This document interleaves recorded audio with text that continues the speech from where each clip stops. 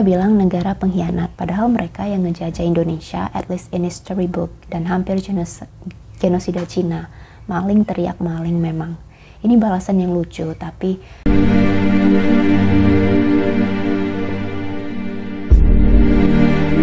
Hello everyone, how are you? I'm Diah Purbamarasati. I'm an international economy and security enthusiast. I'm also an author either for fiction or non-fiction ideas, and also a creative observer. If you would like to read my thought, you can do so directly by visiting to my website. The link has been attached on the description box below. As a heads up for you, our new passengers on the ship, here I share about soft skills, self-development, social global issues, and sometimes also arts, beauty, and recipes. All of that will be wrapped through the values of elegance, and if you are curious and interested to broaden your perspective, and all of that is your cup of tea, make sure to subscribe and hit the bell knob so you will get notified once I upload a new video. And if you are already been or have been being my subscriber since ages, I say thank you, welcome back, and I'm sure I'm grateful to having you. Jadi ini beritanya udah cukup lama ya, dan itu mulai dirilis oleh CNBC tertanggal 4 Januari 2023 kemarin. Judul beritanya itu Kereta cepat Jokowi diejek Jepang, netizen RI pasang badan. Setelah membaca berita dari CNBC ini secara holistik, aku langsung beralih ke YouTube Yukuri Railway University-nya langsung, karena aku penasaran dengan apa maksud mereka mengatakan seperti itu. Dan ya, ini memang YouTube yang menyatakan ketidaksukaannya terhadap pemerintah Indonesia maupun produk yang dirilis atas kerjasama Cina dan Indonesia itu yang bernama WUS, kereta cepat pertama di Indonesia dan kereta cepat perdana yang memang ada di kawasan ASEAN. Dalam video YouTube Yukuri Railway University ini memang cukup berkonotasi negatif dan menurut aku cukup harsh, karena selain menunjukkan ketidaksukaannya, beberapa statement di YouTube tersebut menyebutkan secara langsung bahwa begini, mengkhianati Jepang dan mengadopsi produk buatan Cina, akhir dari perkereta-apian Indonesia. Sebelum kita membahas statement dari channel YouTube Yukuri Railway University ini, coba kita ulang putar sejarah ke masa silam di mana ada dasar proyek pembangunan kereta api di Indonesia. Jadi berdasarkan sejarah pembangunan perkereta-apian di Indonesia itu sejak abad ke-18, tepatnya saat itu di era kolonial Belanda. Dan kereta api di Indonesia itu sudah mulai dibangun. Kereta api cenderung dilihat sebagai transportasi massal karena dia bisa mengangkut manusia, barang dalam jumlah yang besar. Dan di samping itu, kereta api juga punya sisi keunggulan dalam hal teknologinya. Tidak ketinggalan juga bahwa kereta api bisa mengurangi polusi udara dan penggunaan emisi karbon. Karena awal-awal dulu kereta api di Indonesia itu meskipun masih menggunakan teknologi uap ya, tenaga uap, namun seiring perkembangannya waktu, kereta api kita mulai beralih ke penggunaan tenaga diesel dan listrik. Nah, tentunya ini efisien dibandingkan jika kita menggunakan transportasi seperti mobil atau motor meskipun dalam jarak tujuan yang sama. Dan bahkan penelitian dari KAI-nya sendiri, PT Kereta Api Indonesia ini menyebutkan bahwa satu dari rangkaian KRL, kereta rel listrik, itu mampu menggantikan penggunaan dari 428 mobil dan 1.500 sepeda motor. Meskipun begitu, ada tren penurunan penggunaan kereta api ini oleh masyarakat kita, di mana adanya kenaikan penawaran jasa dari transportasi lain seperti bus dan pesawat, dan beberapa tempo lalu kita juga tahu terjadinya pandemi COVID-19. Otomatis itu membuat penggunaan kereta api kita menurun cukup signifikan. Back to its storyline, pencangkulan pertama kereta api di Indonesia itu dilakukan pertama kali di Semarang Forstenlanden, yaitu jalur Solo Yogyakarta.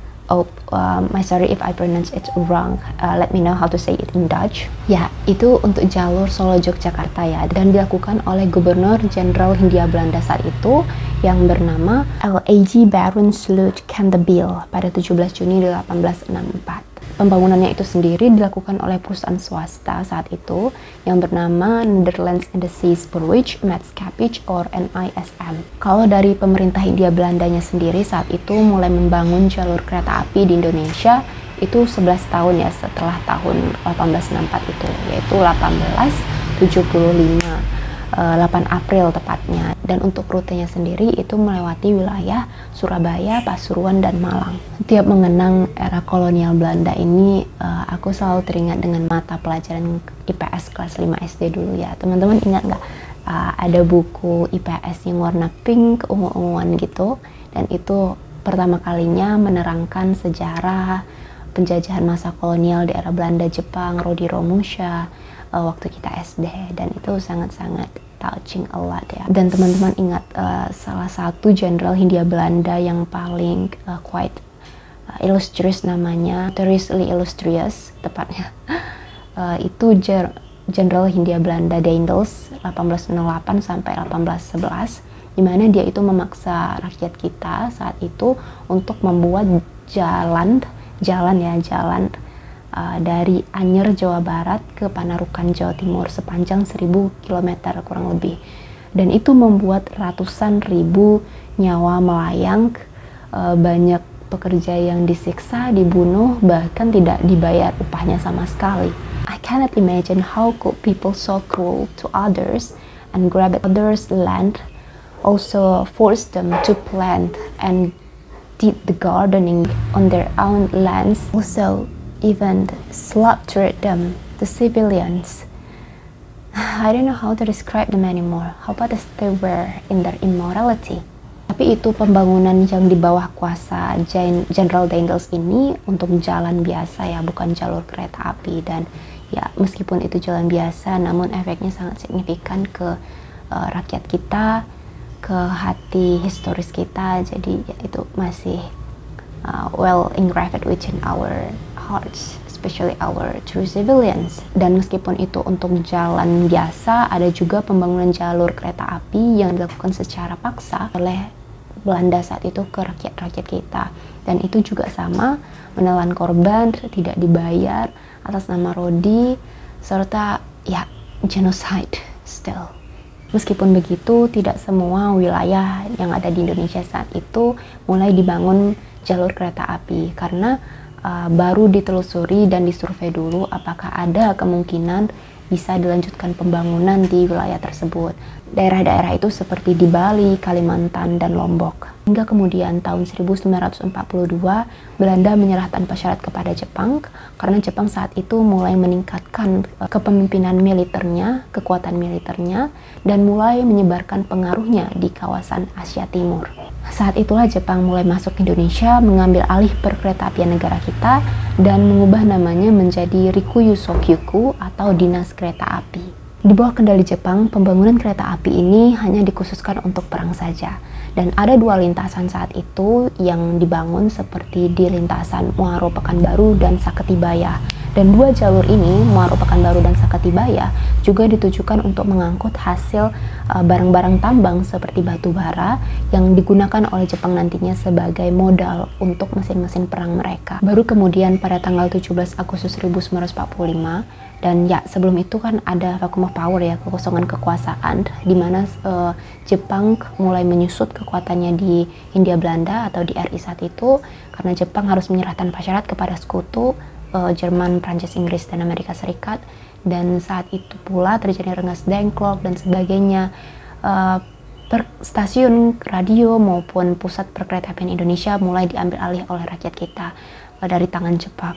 Well, I'm getting goosebumps. Hingga puncaknya yang terjadi di stasiun kereta api Bandung, pusat perkeretaapian Bandung pada tanggal 28 September 1945. Dan hingga saat itu, sejak tanggal tersebut, setiap tanggal 28 September 1945 dijadikan sebagai Hari Perkeretaapian Nasional. What a blessed day and date. Tapi kemudian setelah kita memproklamirkan kemerdekaan bangsa, Belanda nggak nyerah nih. Dia datang lagi tahun 1946 ke negara kita dan mencoba untuk membangun pusat perkeretaapian yang baru atas nama Verenigd Spoorwegbedrijf SS or VS. Nah, karena adanya sengketa inilah kemudian dibawa ke konferensi meja bundar atau KBM yang dilaksanakan pada Desember 1949. Tahun-tahun berlalu, tahun 1950-an, DKA Jawatan Kereta Api Indonesia berubah nama menjadi PNKA, Perusahaan Negara Kereta Api. Tapi nama PNKA di tahun 1971 berubah lagi menjadi PJKA, Perusahaan Jawatan Kereta Api. Setelah itu di tahun 1991 berubah lagi menjadi Perumka, Perusahaan Umum Kereta Api. Di tahun 1998 namanya berubah lagi menjadi PT Perseroan Terbatas Kereta Api, Persero. Hingga yang terbaru itu tahun 2020 namanya menjadi PT Perseroan Terbatas Kereta Api Indonesia, Persero. Dan itu muncul dengan logo baru. Dan untuk logonya sendiri itu bisa dilihat di sini. By the way, this heritage and histories were gotten as well directly from the KAI website-nya langsung ya. Jadi dilansir dari CNBC, sejak tahun 2008 dulu pemerintah kita melalui Presiden Susilo Bambang Yudhoyono atau Pak SBY itu sudah mulai mencanangkan proyek pembangunan kereta cepat. Dan untuk rutenya tersebut pertama kali dicanangkan untuk jalur Jakarta-Surabaya dengan jarak 700 km saat itu.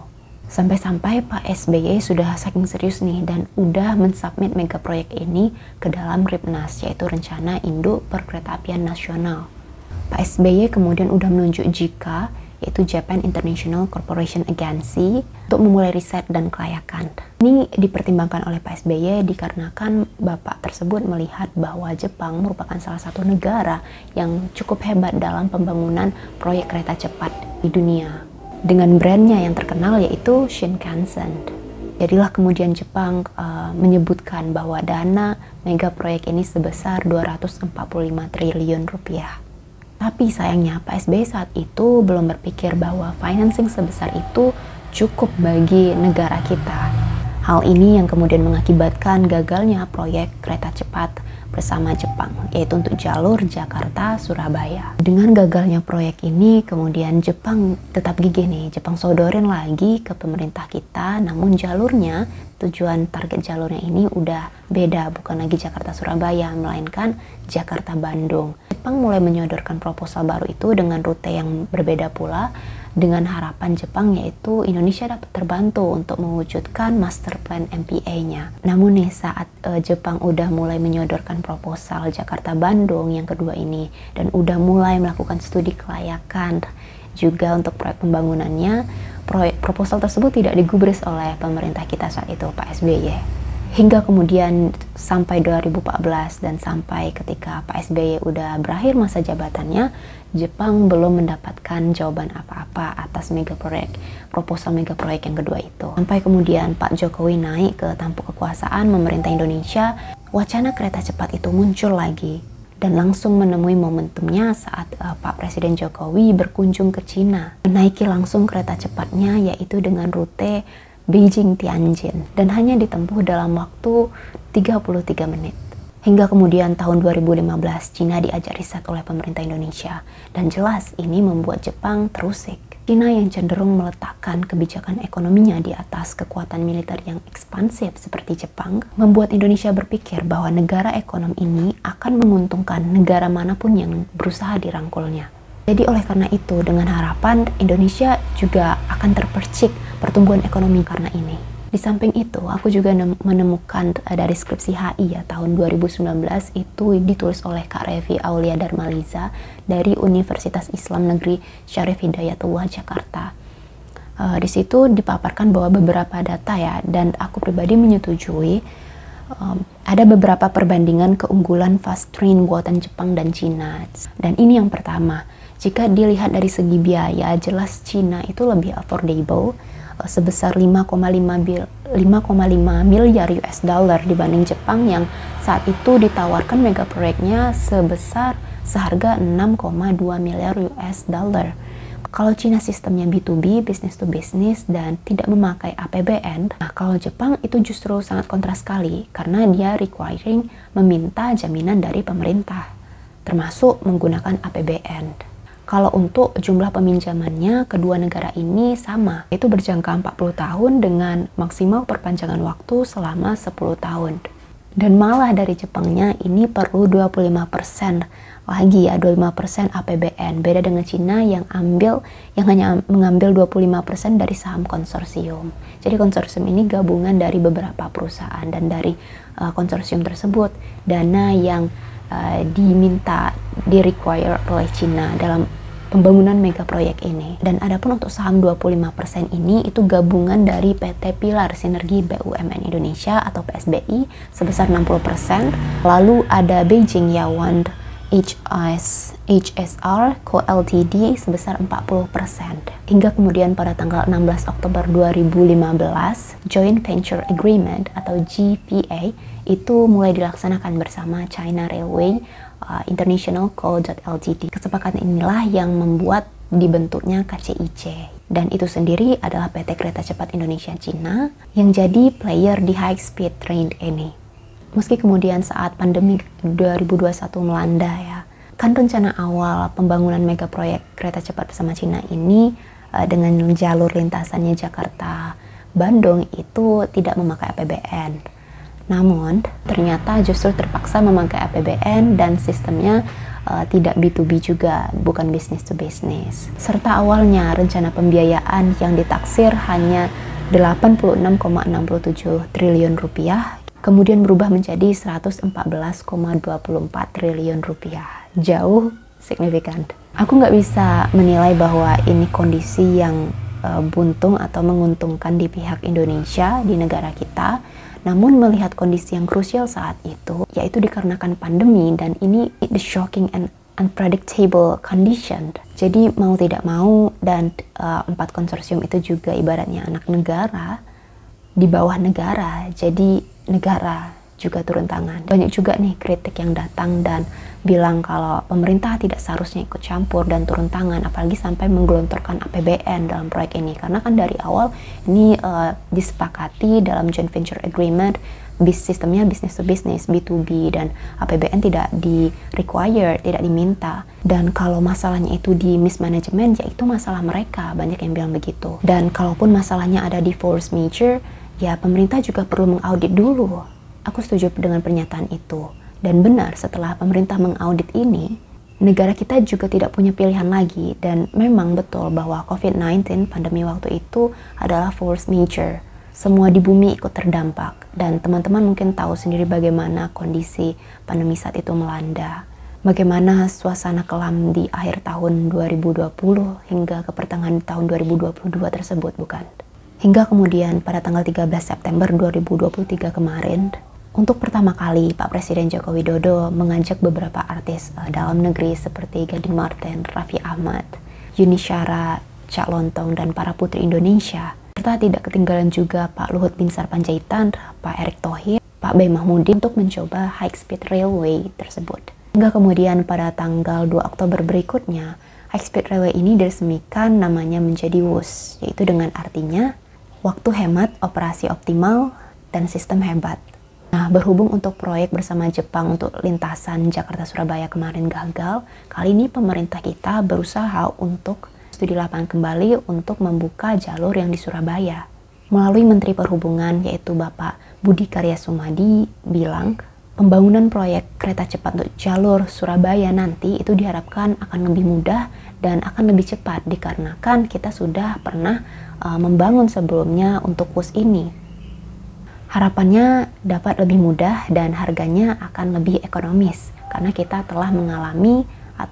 telah punya pengalaman dalam membangun WUS untuk lintasan Jakarta-Bandung ini. Melalui pembangunan WUS untuk jalur lintasan Jakarta-Bandung kita sudah mengalami langsung, kemudian merasakan langsung susah mudahnya mendesain, membebaskan tanah, membangun, mengoperasikan sampai mengkomunikasikannya ke masyarakat luas kita. Sehingga seharusnya menurut pemerintah ini harus lebih mudah untuk dikerjakan di lintasan-lintasan yang berikutnya. Nah, menariknya, kereta super cepat WUS Indonesia Jakarta-Bandung ini bahkan sudah menarik banyak perhatian dari mancanegara ya. Salah satunya itu dari Malaysia.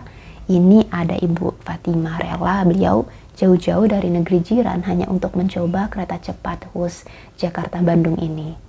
Bu Fatimah bahkan dengan takjubnya mengaku kalau fast train ini satu-satunya dan perdana di kawasan Southeast Asia. Jadi dengan harga yang 250.000 itu bahkan sampai 300.000 pun banyak masyarakat yang menurutnya bersedia untuk membeli tiketnya. Bahkan ibu ini juga yakin dan mau membayar lebih karena moda baru ini hanya satu-satunya di kawasan Asia Tenggara, dan itu pertama kalinya juga di Indonesia. Thailand belum punya, Singapura belum punya, bahkan Malaysia juga belum punya.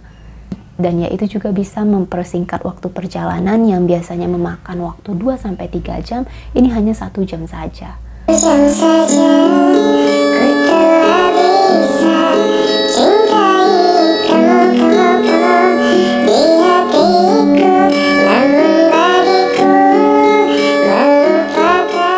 Asal Samarinda juga sengaja jauh-jauh datang ke Jakarta hanya untuk mencoba naik Wush Fast Train. Dan perkataan beliau begini, oke lah investasinya besar kan, jadi kalau dia mau naik ya harus oke dengan harga segitu, tapi kalau nggak mau ya udah naik yang lain, berarti bukan target pasarnya kan, jadi nggak usah direpotin harga lah. Wush ini kan kereta cepat, jadi orang-orang yang nggak punya banyak waktu ya baguslah ada ini, kan time is money.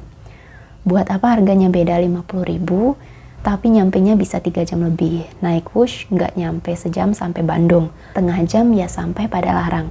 Terus naik feeder lagi, ya oke lah dengan harga segitu. Begitu.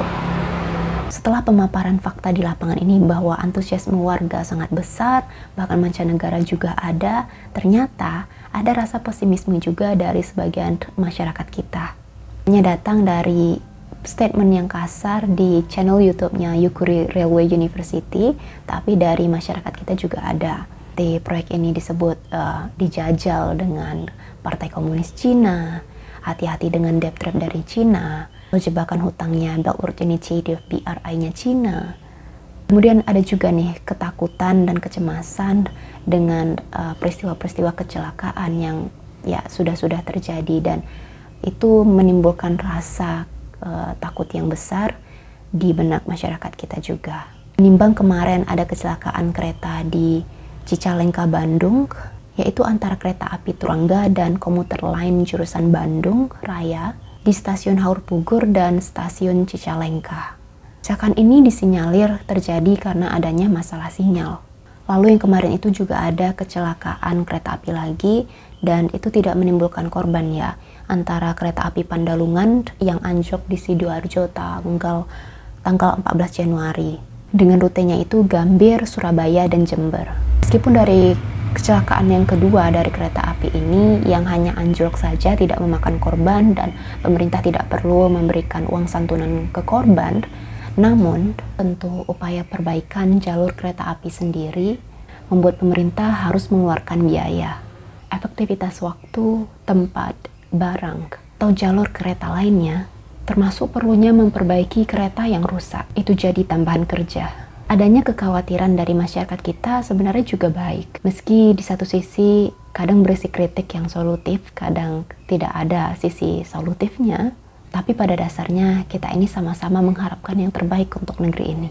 Seperti dari pernyataannya Ketua MTI Masyarakat Transportasi Indonesia, Pak Tori Damantoro itu mengatakan begini, dalam isu KRL ya, dan ini bukan dalam kasus fast train atau kereta cepat. Jadi dalam isu KRL, kereta rel listrik, beliau bilang bahwa salah satu solusi untuk mengatasi padatnya kawasan perkotaan seperti Jabodetabek itu ya dengan dibangunnya angkutan rel perkotaan. Jadi wacana seperti perpanjangan jaringan kereta rel listrik atau KRL itu harus sampai ke Karawang dan itu wajib dilakukan. Namun dengan catatan itu harus diatur dengan detail dan saksama terkait pengaturan kereta jarak jauhnya. Termasuk juga dengan pengaturan perlintasan bidang, dan itu termasuk juga dengan layanan tersambung yang diperpanjang itu juga harus diperinci. Menurut Pak Tori selaku MTI Masyarakat Transportasi Indonesia juga bilang begini bahwa untuk pengaturan perlintasan sebidang itu di lapangan masih banyak catatan kecelakaan kita. Meski sudah double track, tapi sayang di beberapa segmen itu wajib dibuat triple track atau apapun itu harus diperjelas kembali. Dan menurut Pak Tori ini juga, bahkan Republik ini sudah ketinggalan berpuluh-puluh tahun untuk membangun sistem angkutan rel perkotaan demi mengeliminasi kemacetan di kota-kota besar. Dan ini satu lagi juga ada pernyataan dari Sekretaris Forum Jalan Transportasi Darat dan Kereta Api, ini dari Pak David Cahyana, beliau mengatakan bahwa wajibnya dipisahkan antara jalur yang dilewati KRL dengan jalur yang dilewati oleh kereta api jarak jauh, sebab sistemnya itu beda. Dan sekarang itu prioritasnya banyak di kereta jarak jauh. Jadi kalau ada kereta jarak jauh itu datang, itu yang diutamakan harusnya. Tapi dalam persinyalan ini belum bisa dibedakan. Jadi kita harus wajib memisahkannya ke depan seperti double atau triple track. Itu diperpanjang lagi agar efektif. Itu menurut beliau. Ada juga pernyataan dari Pak Deddy Herlambang. Beliau ini selaku Direktur Eksekutif Institut Studi Transportasi. Pak Deddy ini mengatakan bahwa kereta api Turangga dan komuter lain Bandung Raya itu merujuk pada tabrakan yang pernah juga terjadi di Lampung Tengah. Jadi dulu itu pernah terjadi juga kecelakaan di Lampung Tengah tanggal 7 November. Dan Pak Deddy bilang bahwa KNKT itu Nasional Keselamatan Transportasi itu 1 tahun setelah kecelakaan yang terjadi di Lampung 7 November dulu, Lampung Tengah, itu tidak ada laporan hasil investigasi. Pak Deddy bilang begini, yang disayangkan 1 tahun setelah kecelakaan itu tidak ada laporan investigasi dari KNKT, Komite Nasional Keselamatan Transportasi. Kalau tidak ada yang meninggal, KNKT biasanya tidak melakukan investigasi. Celakanya saat ini terjadi juga di jalur tunggal, yaitu di KA Turangga dan komuter lain Bandung Raya. Kalau ada investigasi terhadap kecelakaan di Lampung, otomatis akan ada upaya mitigasi, karena ada kemungkinan terjadi kecelakaan yang sama. Ternyata benar terjadi lagi, dan ya sangat disayangkan kenapa waktu itu tidak dilakukan mitigasi ya yang di Lampung Tengah 7 November. Meskipun tidak ada memakan korban, namun seyogyanya pihak yang bertanggung jawab dapat menelisik kasus tersebut sampai ke akarnya, sehingga tidak terulang kembali cerita naas yang sama. Itu yang kini sudah terlanjur terjadi ke Turangga dan komuter lain Bandung Raya. Pak Deddy juga menambahkan nih bahwa sebagai upaya memperbaiki semua ini, terutama pasca tabrakan kereta api Turangga dan komuter lain Bandung Raya, itu bisa dimulai dulu dengan penggantian personel di stasiun Cicalengka dan stasiun Haur Pugurnya. Selanjutnya juga perlunya sekali PT KAI Kereta Api Indonesia harus memasang sistem pemberhentian otomatis, Automatic Train Stop atau ATS, di setiap lokomotif kereta. Sistem ATS atau Automatic Train Stop ini sebenarnya sudah ya dipasang di kereta cepat Jakarta Bandung. Kemudian ada juga di LRT Jabodetabek, MRT Jakarta, dan manfaat ATS seperti ini itu bisa dilihat saat Oktober 2023 dulu dengan kejadian seekor domba masuk ke rel melalui celah pagar. Dan secara otomatis kereta cepat Jakarta Bandung berhenti di kilometer 58 Karawang Padalarang. Itu baru objek kecil seperti domba saja bisa berhenti, apalagi kalau dibayangin sebesar kereta. Dan memang pada tahun 2017 dulu itu pernah dilakukan uji coba pemasangan ATS di kereta api di bawah PT KAI, namun ternyata biaya yang dipakai itu cukup besar dan mahal. Namun seyogyanya investasi mahal tidak masalah bukan, demi keselamatan kita semua. Oke, jadi poin dari Pak Deddy, Pak David, dan Pak Tori ini yang personally aku pikir jadi salah satu fokus yang perlu kita benahi lagi demi meminimalisir terjadinya kecelakaan kereta api di negara kita. Di samping menumbuhkan semangat berakomodasi rakyat dan efektif, solutif, berbasis pada green economy, kemudian dengan mengandalkan transportasi umum, bukan pribadi, serta prinsip untuk saving money, saving time. Berkaitan dengan Jepang yang waktu itu gagal dalam menawarkan proyek high speed train-nya, di channel YouTube Yukuri Railway University itu dipublish sebuah video ya yang menyebutkan kalau Indonesia udah jadi traitor atau pengkhianat bagi Jepang.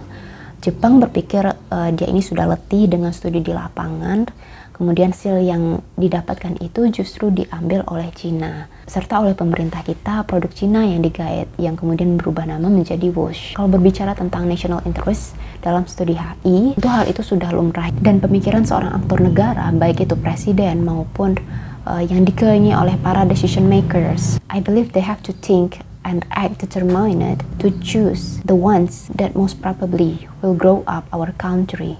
Untuk apa bayar dengan harga yang sama dan sama-sama mahalnya, serta syarat yang diajukan juga cukup sama, hampir mirip, serupa, namun jika TOT-nya, transfer of technology-nya, tidak diperkenankan. Sebab yang terpenting bagi suatu negara adalah hilirisasi industrinya.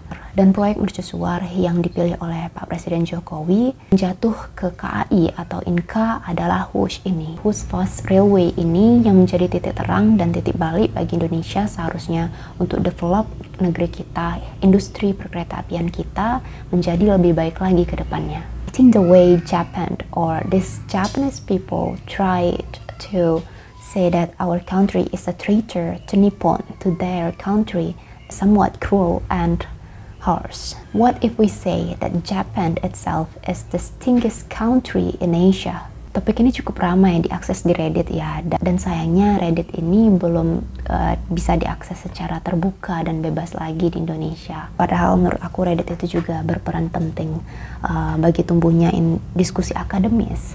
Kemudian karena ya kita tahu nggak sedikit topik-topik yang ditemukan di Reddit itu sangat berkelas untuk dibahas, dan naasnya itu justru Reddit yang ditutup.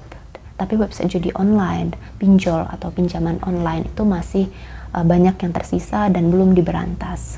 Tolong Bapak Kominfo, Kemenpolhukam untuk semua ini.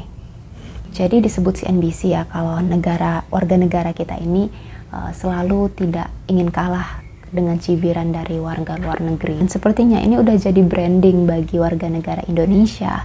Kita di mata orang luar, dalam artian warga kita ini tidak kalah dalam urusan membalas-membalas begitu. Ada yang berkata begini di Reddit, ini dilansir dari CNBC-nya. Mereka bilang negara pengkhianat, padahal mereka yang ngejajah Indonesia, at least in history book, dan hampir genosida Cina. Maling teriak maling memang. Ini balasan yang lucu, tapi benar dan sedikit perlu di-emphasize. Kalau bukan hanya tercantum di history book aja, tapi memang it was happening in our world's history. Dan ini, it should not be neglected throughout our life. Dan yang dijajah itu bukan hanya negara kita, bukan hanya Indonesia saja, tapi juga Cina juga dijajah waktu itu oleh Jepang. Kemudian ada Vietnam, Korea. Well, ini video udah berapa SKS ya? Menarik memang kalau kita membahas penjajahan Jepang di masa silam termasuk ke semua negara bekas jajahannya. Gak hanya di Hindia Belanda saja, Cina tapi Korea juga masuk, dan itu bukan hampir genosida, tapi sudah benar-benar genocide. Makanya kalau kita lihat di film-film luar, series luar, itu banyak disisipkan dengan history spices ini, bumbu-bumbu sejarah, perang, kemudian percekcokan, kesepakatan internasional, dan itu sangat-sangat unik, menggelitik, sembari juga memperingatkan para decision makers kita ataupun rakyat biasa untuk mampu mengenang sejarah, menghargai sejarah, dan tahu apa langkah strategis yang perlu diambil ke depannya.